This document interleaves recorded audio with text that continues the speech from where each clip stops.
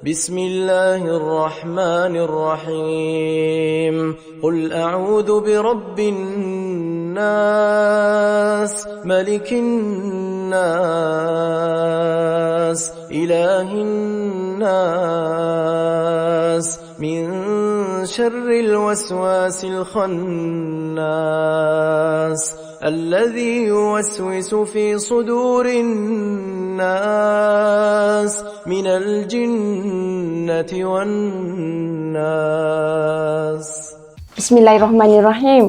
Hai, Assalamualaikum. Welcome back to Cengkeh Channel. Terima kasih korang yang mana yang dah like, share dan subscribe untuk konten-konten dari Cengkeh Channel. Hari ini akak nak sampaikan kisah mengenai toyol.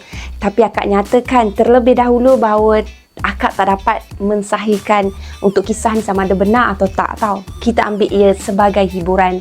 Akak akan teruskan dengan penceritaan, tapi sebelum tu akak doakan agar kita semua dipermudahkan segala urusan, dilimpah ruahkan rezeki dan diberikan kesihatan yang baik insya-Allah. Amin ya rabbal alamin. Jom bersama akak.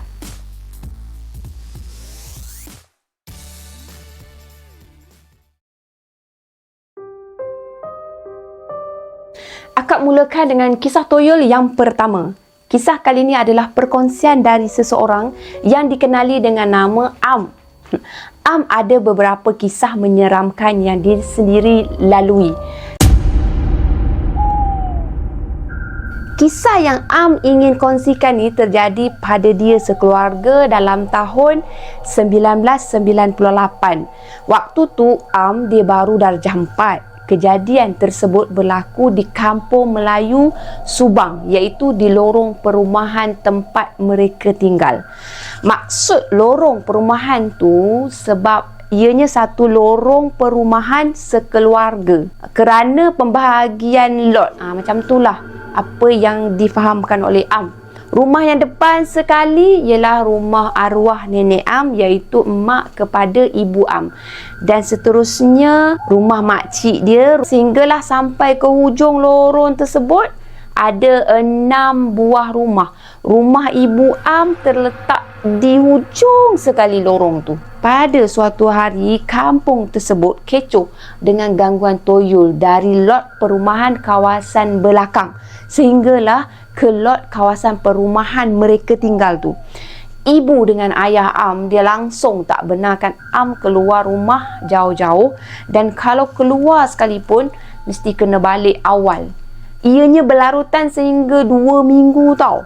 Setiap hari di masjid akan ada cerita orang kehilangan duit, dan ianya bukan seorang pengadu untuk sehari, tapi lebih kurang 5 orang pengadu, atau dalam kata lain, mangsa yang mengadu kehilangan duit tu bukan satu orang sahaja pada hari yang sama. Maknanya 5 keluarga menjadi mangsa untuk tempoh 1 hari. Ada yang mengaku pernah nampak budak kecil hitam bermain selipar dekat beranda rumah. Bila ditegur budak kecil tu terus tolehkan ke arah orang yang menegur tu, dan dia panjat rumah macam Spiderman, tak macam budak pun. Katanya muka budak tu hodoh sangat. Mata budak tu merah dan budak tu bertaring. Ada juga orang tua yang cuba nak tangkap toyol tu, tapi bila cuba pegang si toyol tu, dia lesap hilang seperti asap tapi berbau hanyir. Dan ada juga yang mengadu, anak kecil mereka ni bagi tahu bahawa anaknya tu ada kawan baru, tapi bila si ibu budak yang bagi tahu tu tak nampak pun kawan barunya tu, bila ditanyakan kepada si anak mana kawan dia tu, macam mana rupa kawannya tu, terus si ibu terkejut sebab gambaran si anak dia bagi pada ibu dia tu seakan-akan toyol. Di antara hari penghujung gangguan toyol tersebut ialah di kawasan lot rumah Am. Satu petang, pakcik iaitu adik kepada ibu Am ni, dia panggil semua adik-beradik dia, dan mereka ni berkumpul di rumah pakcik Am tu. Bila dah berkumpul, Pakcik Am dia mengadu yang malam tadi rumah Pakcik Am dah kena masuk toyol. Duit kertas dalam poket seluar yang digantung belakang pintu dah hilang. Sama juga duit kertas yang ada dalam balang yang berada di atas almari pun sama hilang. Mustahil lah anak-anak Pakcik Am ni yang akan mencuri, sebab anak Pakcik Am tu baru pandai berjalan seorang, dan seorang lagi masih juga berdukung. Takkanlah mereka nak buat kerja macam tu. Nak kata perompak pun mustahil, sebab tak ada langsung kesan orang pecah masuk, dan yang hilang hanya duit kertas yang berada di tempat yang sulit. Barang kemas tak ada pun yang hilang. Itu yang peliknya. Oleh kerana inginkan kepastian, jadi Pakcik Am ni dia sediakan satu beg pinggang tau, yang berisi 15 keping duit kertas RM RM1, 2 keping duit kertas RM RM5, dan beberapa keping duit shilling RM RM1 dan 50 sen. Dan mereka semua saksikan sendiri duit-duit tu yang diisi dalam beg pinggang dia tu. Sambil mereka semua ni berbual-bual lah, dia menunggu macam nak menahan, bukan jerat, tapi dia nak kepastian. Jadi sambil-sambil nak menunggu dekat depan rumah ni Pakcik Am tu, Pakcik Am dia goncang-goncangkan beberapa kali beg yang dia keluarkan tu, beg pinggang dia tu, sehingga mengeluarkan bunyi lagaan duit shilling tau dalam beg tersebut. Tapi kurang jelas, mungkin sebab dah bertindih dengan duit kertas, dan mereka pun pergilah sambung berbual juga apa semua. Selepas 30 minit percubaan tersebut, dan untuk kali ketiga Pakcik Am tu dia goncangkan beg tersebut, dia goncang dan goncang dan goncang lagi kan, sampai 3 kali. Ternyata bunyi lagaan duit shilling tu makin kurang kedengaran. Adalah, tapi tak jelas dah. Masing-masing jadi tergamam lah sekejap. Tapi Pakcik Am dia suruh buat tak tahu je, diam. Dan mereka ni disuruh terus berbual.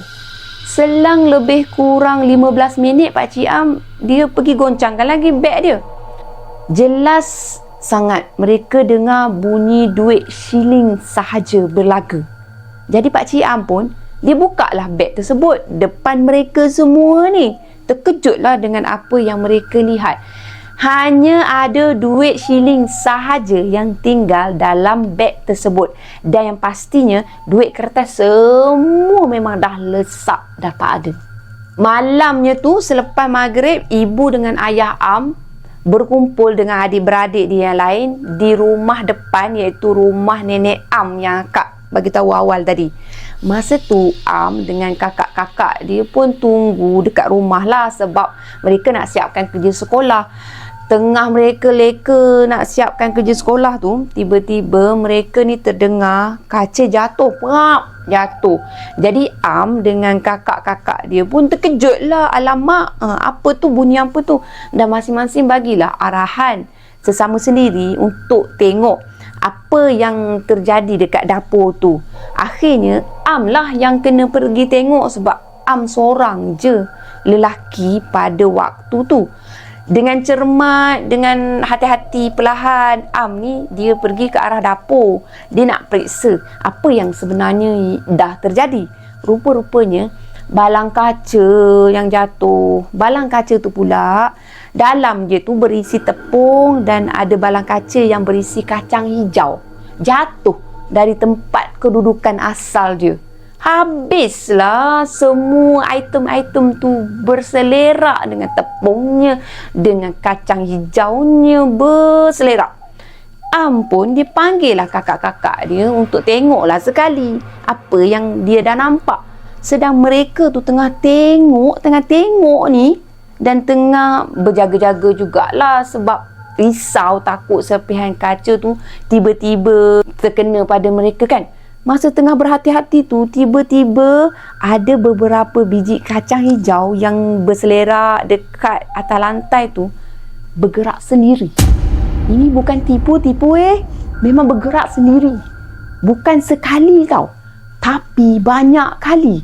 Dan kacang hijau tu bergerak sangat laju. Kak Ngah Am terkejutlah bila dia tengok kan perkara yang mistik tu. Kak Ngah pun apa lagi, dia auto melompat, dan terus dia lari, dia pergi ke depan. Yang tinggal pada masa tu Am dengan Kak Long je masih stay juga kat dapur.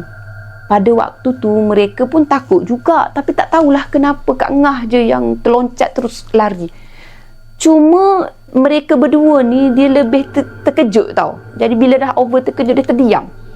Lepas tu niat mereka berdua, Kak Long dengan Am ni, niat hati dia nak kemas balik sebab memang berselerak sangat dekat situ. Yang peliknya, sedang mereka ni perhatikan kacang hijau yang bergerak tu, perhatikan juga, mereka perasan di bahagian tepung yang berterabur tu macam ada kesan tapak kaki. Kecil je kesan tapak kaki tu. Tapi yang peliknya, ni bukan pelik dah, yang jelasnya tapak kaki tu cuma ada 3 jari sahaja. Dan tapak kaki tu seakan-akan bergerak-gerak. Tak. Bila teringat tentang toyol, teruslah mereka ni rasa nak lari. Baru je nak toleh, rupanya si Am ni dah ditinggalkan Kak Long. Kak Long dia dah sampai dekat ruang tamu dah. Dan Kak Ngah dia dah tak tahu dah pergi kat mana. Masing-masing bawa diri dah. Am dia teruslah lari, dia pecut dengan berkaki ayam, dia menujulah ke rumah nenek dia. Sampai je dia dekat rumah neneknya tu, semua tengah kecoh tau, bertanya dekat kakak Am.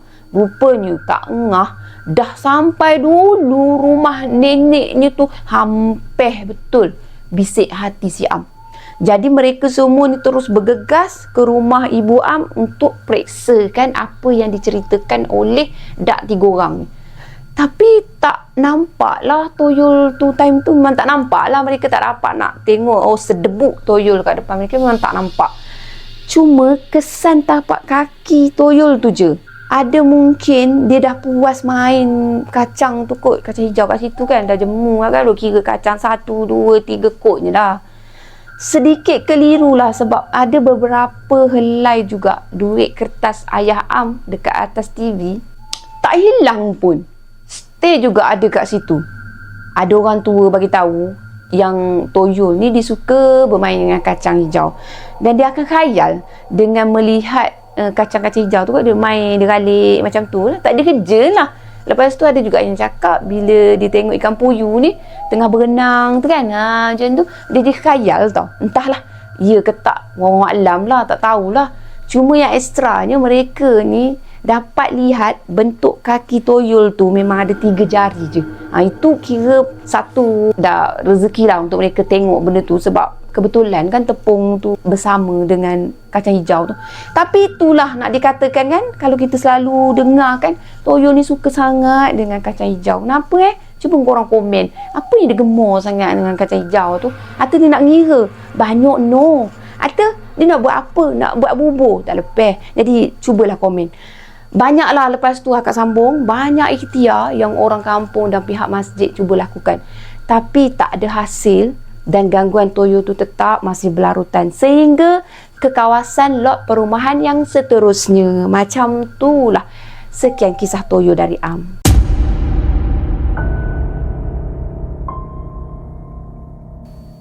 Akak teruskan pula dengan kisah toyol yang kedua. Hantu toyol di Taska. Ini kisah orang lain pula. Kisah ini merupakan kisah seram toyol yang berlaku di sebuah taska. Tempat dan negeri mana terpaksalah dirahsiakan. Kisah ni terjadi kepada Lia dan sahabat dia bernama Eva. Bukan nama sebenar tau.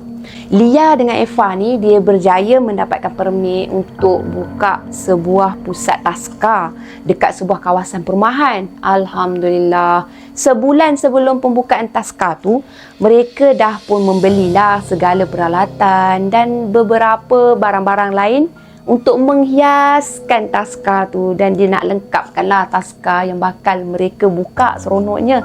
Sangat excited time tu.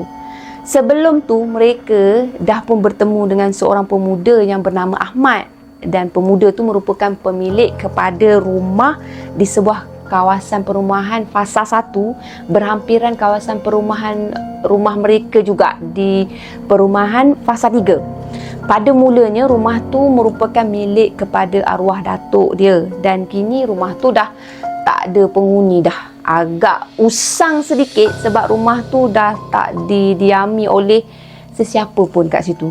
Tapi kelengkapan di rumah tu dah tersedia, Cuma tinggal bersihkan je sikit macam tu, kawasan-kawasan rumah tu, takut tak menepati syarat dan boleh dikenakan compound kan. Jadi kena usahakanlah untuk rumah tu nampak agak menarik macam tu.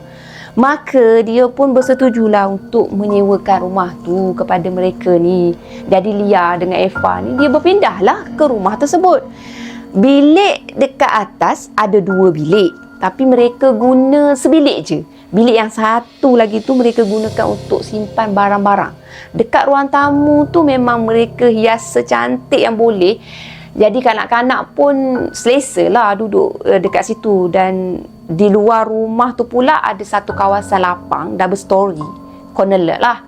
Mereka ada sediakan satu taman permainan untuk kanak-kanak. Serius memang cantik dan mereka sangat excited. Cerita bab duit yang keluar jangan cakap lah, tutup mata je lah. Nasib baik pinjaman mereka tu diluluskan untuk membuka perniagaan taska tersebut. So, seminggu sebelum tu rumah tu mereka dah hias siap-siap dan mereka promote lah taska tersebut di Facebook, Instagram dan mereka ada edarkan risalah kepada jiran-jiran berdekatan. Alhamdulillah, respon yang sangat memerangsangkan. Ramai juga yang bertanya kepada mereka di laman sosial. Ada yang direct call mereka dan ada juga yang terus berjumpa dengan mereka. Siap bagi duit fees. Macam tu. Mereka memang excited sangat-sangat.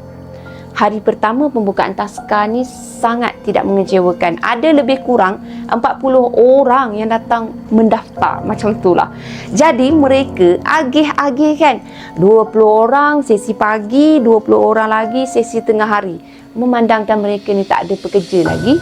Jadi pagi Lia mengajar dan Eva dia sediakan makanan serta permainan lah untuk budak-budak untuk sesi kedua pula. Eva mengajar, Lia sediakan makanan dan permainan untuk budak-budak sesudah budak-budak tu balik. Mereka bertugas sama-sama bagi membersihkan ruang tamu tu. Begitulah tugas mereka selama seminggu tu. Memang penat gila tapi best dapat layan kerana kanak-kanak ni kan. Jadi Lia dan Eva ni dia berhajat. Dia nak balik ke rumah masing-masing. Memandangkan hari itu adalah hari Sabtu. Jadi rumah tu memang mereka kemas siap-siap. So tak adalah nak peningkan kepala mereka bila balik nanti semula ke rumah tadika tu. Pada hari Ahad berikutnya mereka pun baliklah semula ke rumah tersebut pada 11 petang, nak dekat-dekat maghrib lah macam tu. Eva dia bawa kereta, jadi senanglah sikit mereka ni nak gerak ke mana-mana. Sampai ke rumah tu Lia dia rasa macam ada budak-budak berlari di kawasan lapang rumah tersebut dan terus melarikan diri ke belakang rumah. Lepas budak tu nampak mereka dah balik ke rumah tersebut. Budak mana pula yang masuk ke sini? Pintu pagar berkunci. Agak mustahil kan kalau budak-budak boleh memanjat melalui pagar tu. Eva pun perasan dengan apa yang Lia nampak. Lia pun keluarlah daripada kereta dan dia pun buka pagar nak tengok kalau betul ada budak bermain dekat situ. Pergi mana pula budak tu tadi? Budak-budak, bukan budak tau. Lia dia tengok dekat halaman belakang pun tak ada budak-budak yang dia nampak tadi. Mungkin perasaan Lia je kot. Eva lepas tu dia tengah ambil barang-barang dan dari bonet kereta lah. Dan Lia pun dia buka lah pintu rumah tersebut. Ya Allah, terkejut Lia tengok bersepah barang-barang permainan dalam rumah tu. Rumah taska kan, mesti banyak permainan. Dindingnya berconteng macam tu. Ya Allah, subhanallah, siapa punya kerja ni? Eva pun dia macam tak percaya dengan apa yang dah terjadi pada waktu tu. Dahlah esok budak-budak tadika tu nak datang balik ke situ, nak biasalah dah hari Isnin kena hantar ke situ lah. Lia dengan Eva dia cepat-cepatlah kemaskan barang-barang tersebut dan dia bersihkan balik semula dinding-dinding rumah tu. Lia syak memang ada sesuatu yang tak kena dengan rumah tersebut. Dan pada malam tu, lepas selesai makan malam, Lia pun dia berbincang dengan Eva tentang kejadian yang baru mereka lalui petang tadi. Kau rasa siapa yang sepakan rumah ni? Jangan benda lain sudahlah. Ish, kau ni janganlah merepek lah. Seram aku, balas Eva. Lepas selesai makan tu, mereka pun naiklah ke bilik sambil menonton cerita kegemaran si Lia ni. Cerita Running Man. Itu biasalah. Lepas tu mereka tidur awal. Penat katanya si Lia ni, dia nak tidur awal. Masa tu pukul 10 malam dan dia memang dia nak tidur tapi dia tak mengantuk. Masa dia tak boleh nak tidur tu, cuba layan untuk tidur tapi tak boleh, dia terdengar suara budak dekat ruang tamu rumah tu sedang bermain-main. Weh, bagilah aku main bola tu. Jom kita main sesama nak? Agak riuh rendahlah kedengaran dekat ruang tamu tu. Kau dengar tak? Lia dia cuba kejutkan Eva sambil dia menggoncang-goncangkan badan si Eva. Dengar apa? Janganlah kacau aku nak tidur lah. Kau dengar tak? Cuba kau dengar. Kau dengar? Janganlah kacau aku, kata Eva sambil dia gosok-gosokkan juga mata dia. Masa tu Eva, dia tergamam tau sekejap. Mata dia jadi bulat selepas dia mendengar suara aneh tersebut. Lia dia memang tak sangka sangat benda ni terjadi kepada mereka. Lia tengok Eva dah terketar-ketar, tak tahu nak buat apa dah time tu. Lia dia cuba untuk memberanikan diri dia untuk keluar dan dia nak tengok sendiri apa yang dah berlaku dekat ruang tamu rumah tersebut pada ketika tu. Lia dia cuba juga pastikan adakah benar apa yang mereka dengar atau ia cuma satu khayalan. Dengan perlahan-lahan Lia dia berjalan. Dia turun ke bawah. Lia cuba sembunyikan diri dia di sebalik tangga rumah tu. Ya Allah, terkejut Lia time tu. Bukan seekor, bukan dua ekor, berekor-ekor, tapi ramai betul. Ramai anak-anak kecil. Dah kenapa panggil ekor? Ternyata memang betul apa yang mereka dengar.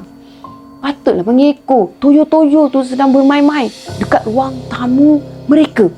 Dia tergamam seakan-akan tak percaya tau dengan apa yang sedang dia lihat dengan biji mata dia sendiri. Mata dia merah. Mata si Toyo tu lah.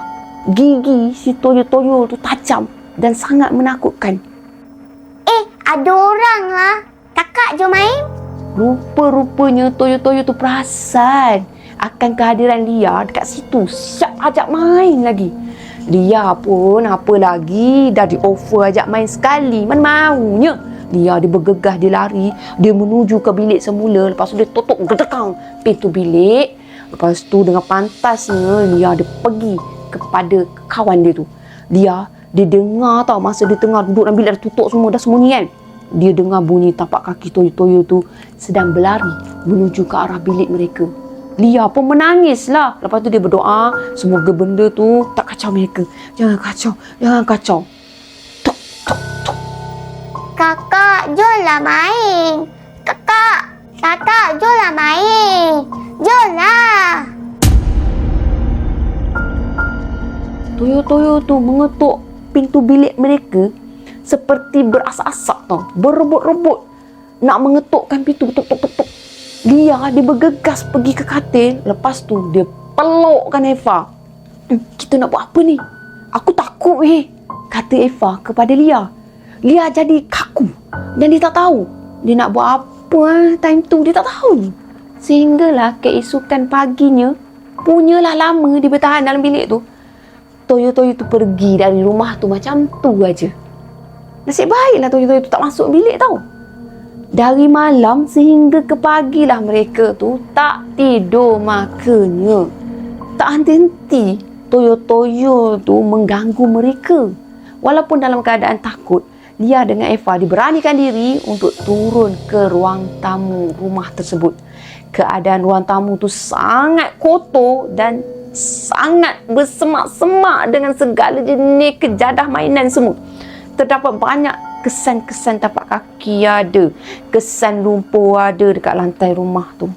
barang-barang yang mereka susun semalam yang dah berselerak tu kan, penat-penat mereka balik susun semula, lepas tu dibongkar balik semula oleh toyo-toyo tu. Jadi Lia dia memaklumkan kepada klien dia bahawa mereka pada hari tersebut terpaksa menutup taska di atas sebab-sebab emergency. Terpaksa dirahsiakan lah. Kalau diwar-warkan, siapa nak datang lagi kat situ? Lia kemudiannya dia cuba untuk menghubungi Ahmad tuan rumah tu. Dia nak bagi tahulah mengenai kejadian tersebut. Setibanya Ahmad dekat situ kat rumah tu, Ahmad dia macam tak percaya tau dengan apa yang berlaku. Seingat saya lah, memang betul atuk saya dulu ada bela toyol. Tapi setahu saya atuk saya dah buang semua benda tu. Tak sangka pula toyol-toyol tu kembali semula ke rumah ni. Kata si Ahmad tu kepada Lia dengan Eva tu. Rupanya si Ahmad ni tahu sebenarnya akan kisah toyol-toyol tu. Tapi dia tak menyangka pula cucu-cucu atuk dia tu yang ramai tu boleh kembali semula ke rumah tersebut. Walaupun Ahmad sendiri dia tak tahu apa yang terjadi selepas apa yang dikhabarkan oleh atuk dia dulu, bahawa atuk dia tu lah dah buang toyol tu. Tapi dia tak tahu kat mana atuk dia buang toyol tu. Dia tak tahu adakah toyol tu betul-betul memang dah dibuang pun dia tak tahu, ataupun sekadar perkabaran sahaja untuk menyedapkan hati sekeliling macam tu. Memang dia tak tahu. Setelah Ahmad ni bagi tahu kebenarannya kepada Lia dan Eva, jadi apa perkembangan selepas tu memang tak dinyatakan dekat sini. Tapi setakat tu itulah yang berlaku di rumah tersebut. Sekian untuk kisah toyol yang kedua.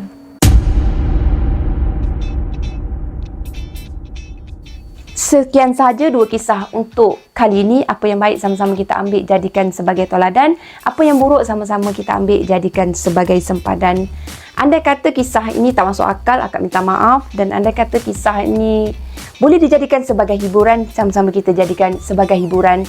Namun di sebaliknya kita ambil segala kebaikan, kita buang segala keburukan, insya-Allah. Baik korang, jangan lupa like, share dan subscribe. Bye, assalamualaikum, bye. Terima kasih.